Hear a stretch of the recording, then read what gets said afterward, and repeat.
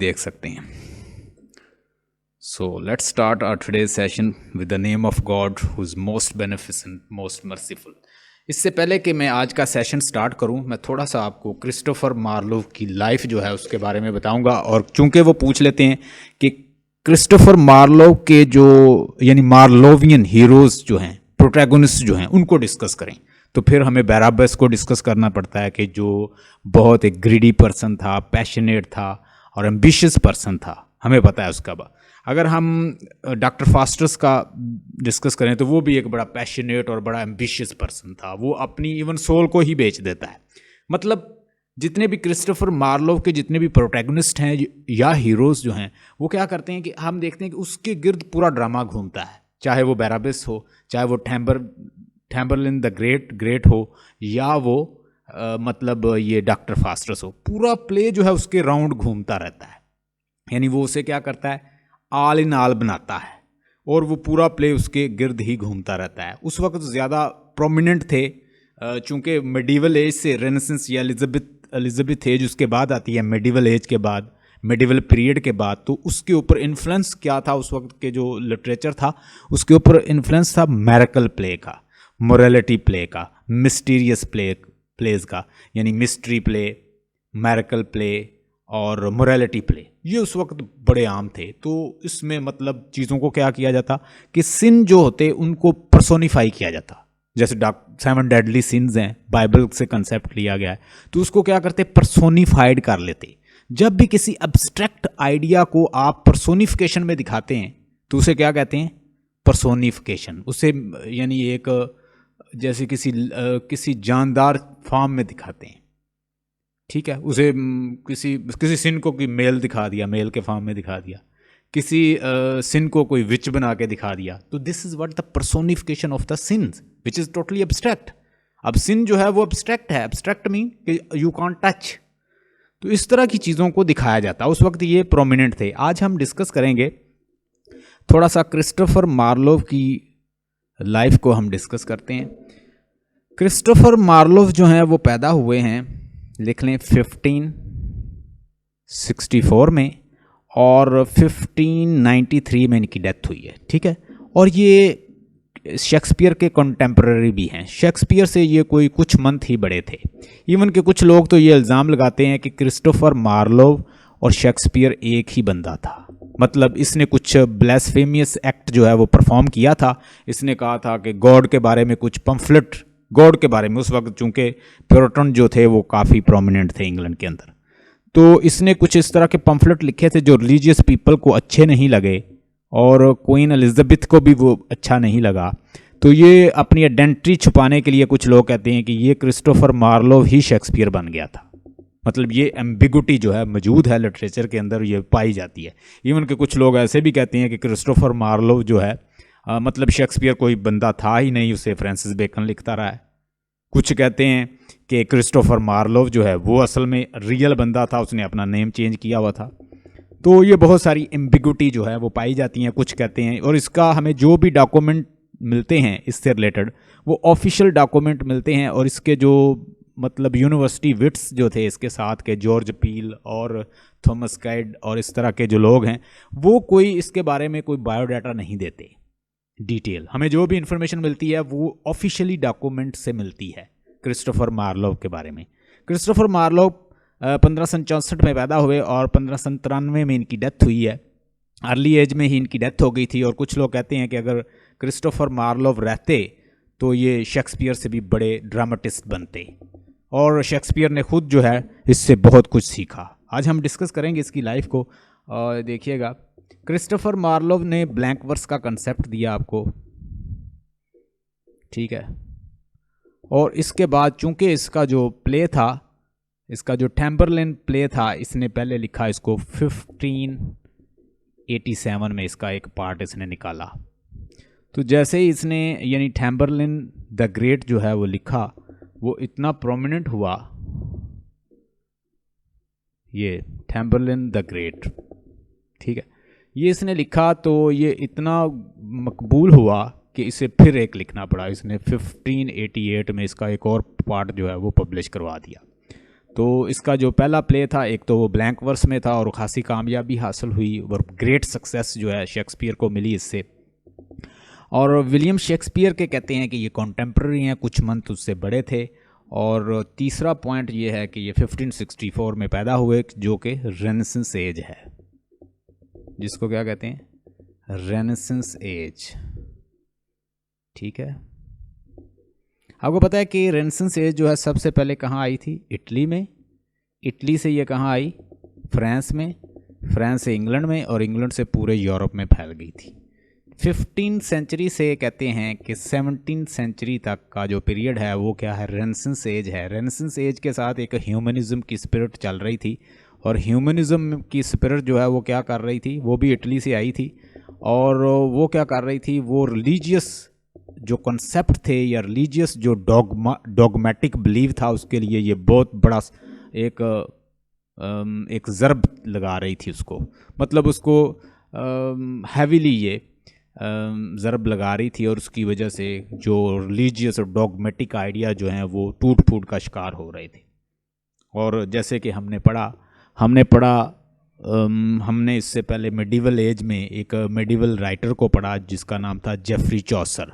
Geoffrey Chaucer ने चूँकि England और फ्रांस और दीगर इस तरह के जो कंट्रीज़ जो थे उनका विज़िट किया हुआ था, जेफरी चौसर को कहा जाता है कि he was a dawn of the renaissance and sunset of the medieval age. Medieval age जो थी वो क्या?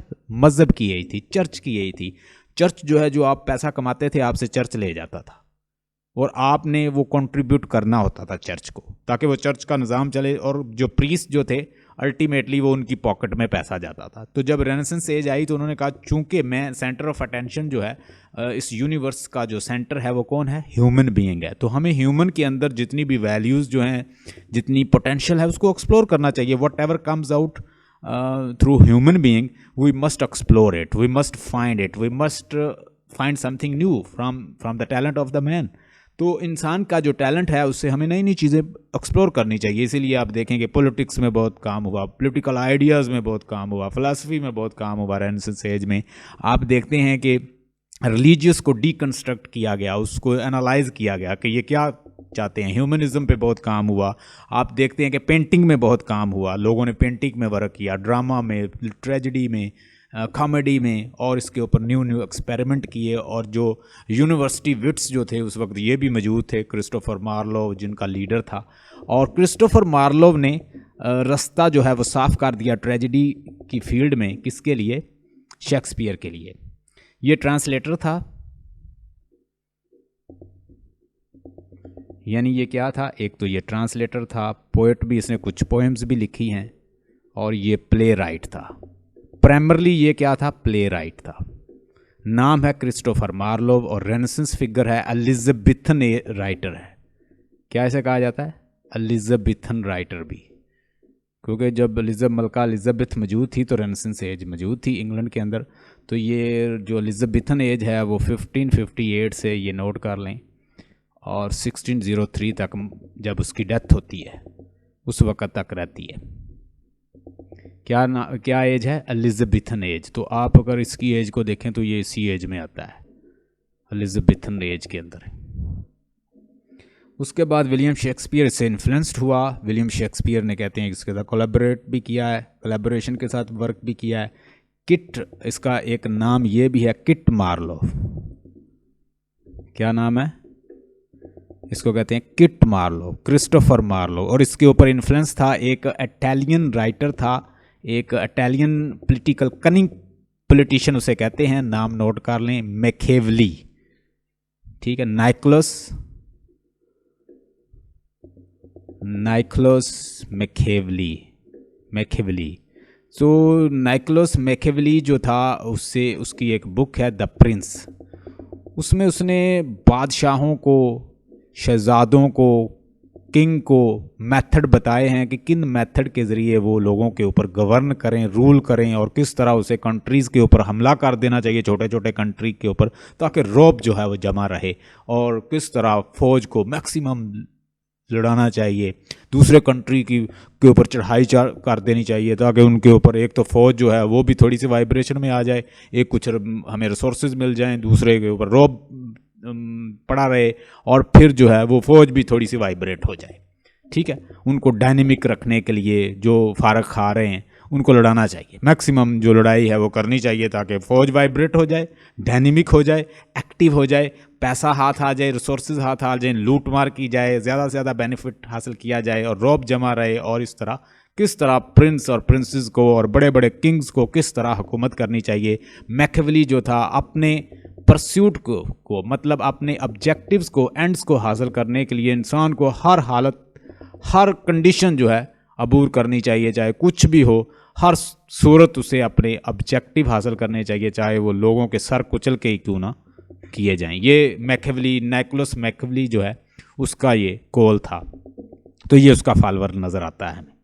जैसे बैराबेस को अगर आप देखें तो बैराबेस जो है वो किस तरह अपनी बेटी का यूज़ करता है, तो किस तरह से हम देखते हैं कि वो जैकमो को मारता है, किस तरह वो जो किंग होता है उसको मारने की कोशिश करता है, किस तरह से वो टर्किश जो है उनको धोखा देता है, किस तरह वो फ्रायर्स को आपस में लड़ा के मार देता है, किस तरह वो दो लवर को, अपनी बेटी के लवर को मार देता है, फिर अपनी बेटी को भी यूज़ करता है, बेटी को पता चल जाता है वो उसे छोड़ती है, उसे भी मार देता है, अपने जो मुलाजम है उसको भी मार देता है, और फिर वो किस तरह से चाल चलता है और अपनी चाल में फंस कर उसकी डेथ होती है। बड़ा एम्बिशियस पर्सन था कौन? बैराबेस। तो इसके जो प्रोटैगनिस्ट हमने देखे हैं उनके ऊपर हमें इन्फ्लुएंस नज़र आता है। किसका प्रोटैगनिस्ट किससे इन्फ्लुएंस है? मैकियावेली से, जो कि एक इटालियन जो है राइटर था, पॉलिटिशियन था, कनिंग पॉलिटिशियन उसे कहते हैं। इसने ब्लैंक वर्स में लिखा है। किट मार्लोव इसका निकनेम है। कैंटरबरी में ये पैदा हुआ है और इसकी मदर, इसके फादर का नाम था, हिज फादर्स नेम इज, क्या था फादर नेम? John Marlowe. ठीक है, वो एक शू मेकर था, यानी ये गरीब सा बंदा था और बड़ी मुश्किल से यूनिवर्सिटी में पहुंचा और कैम्ब्रिज की यूनिवर्सिटी से इसने तालीम हासिल की। और इसके बाद कॉर्पस क्रिस्टी कॉलेज जो है कैम्ब्रिज, वहाँ से इसने तालीम हासिल की। बीए जो है इसने किया, जब ये बीए पास करता है 1584 में, तो 1584 में इसने जब बीए पास किया तो वो उसको डिग्री नहीं दे रहे थे, क्योंकि ये कुछ लोग कहते हैं कि रोमन कैथोलिक जो है उनसे इन्फ्लुएंस हो गया है। आपको पता है कि जॉन डन के साथ भी कुछ ऐसा मसला आया था। John Donne he also suffered due to this. तो रोमन कैथोलिक होने की वजह से वो कहते हैं ये रोमन कैथोलिक से इन्फ्लुएंस हो गया, इसलिए डिग्री ना दें, इसे डिग्री नहीं मिलती। एनी हो बाद में किसी और सोर्सेज से ये डिग्री लेता है। कुछ लोग कहते हैं ये सीक्रेट एजेंट के तौर पर भी काम करता रहा है, मतलब ये उस वक्त की जो मलका थी क्वीन एलिजाबेथ, उसके लिए सीक्रेट एजेंट का काम करता था क्रिस्टोफर मार्लो। इसने पहला अपना प्ले जो है उसमें इसने खुद परफॉर्म किया, डिडो क्वीन ऑफ कार्थेज, और इसने थॉमस नैश जो है इसके साथ मिलके वर्क किया इसमें, डिडो क्वीन ऑफ कार्थेज।